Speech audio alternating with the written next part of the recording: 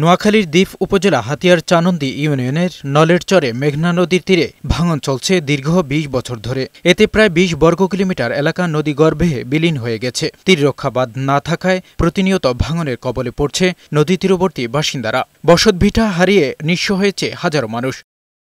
ভাঙন ঠেকাতে ও নদীর তীররক্ষা বাঁধ নির্মাণের দাবিতে নানা সময়ে আন্দোলন করে আসছিল উপকূলীয় এই উপজেলার বাসিন্দারা। এর প্রেক্ষিতে ২০২৩ সাল থেকে ৩৭৮ কোটি টাকা ব্যয়ে ১৩টি প্যাকেজে মেঘনা নদীর তীরে ৩৭৭ মিটার তীররক্ষা প্রকল্পের কাজ শুরু করে পানি উন্নয়ন বোর্ড। কিন্তু এ পর্যন্ত প্রকল্পের মাত্র ১০% কাজ শেষ করেছে ঠিকাদারি প্রতিষ্ঠান। রয়েছে মানহীন কাজের অভিযোগও। ২ মাসের ভিতরে যদি কাজটা করতে পারে তারা তো করলো, আর না করতে পারলে বাকি হবে যে বর্ষা আসবে আর কাজ করা যাবে না স্যার। ওই জায়গাটা সব জিয়ান আছে ইয়েনো ভাঙি চলে যাবে। কাজ যাই করছে বস্তা যাই দিচ্ছে খালি হয়ে যাচ্ছে। ২ মাস আগে যে বস্তায় ফেলছে ওগুলা থেকে বালুগুলা সব বেরিয়ে গেছে, তো ৬ মাস এক বছর পরে কি হবে?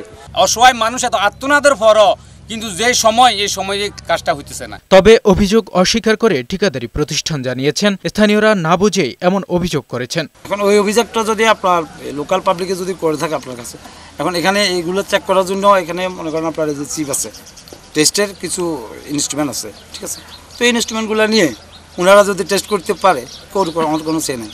অনিয়মের বিষয়টি অস্বীকার করে পানি উন্নয়ন বোর্ড বলেছে, মেঘনা নদীর তীররক্ষা বাঁধ প্রকল্পের কাজ ২০২৬ সালের জুনের মধ্যেই শেষ করা হবে। এখানে আমাদের যেই ঠিকাদাররা কাজ করছেন প্লাস আমাদের নিয়মিত সার্বক্ষণিক তদারকি সেখানে অব্যাহত আছে। প্রজেক্টের মেয়াদ ২০২৬ জুন পর্যন্ত।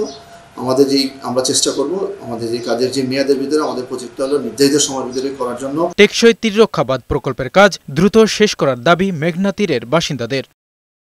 এমজে জুয়েল, বৈশাখী সংবাদ।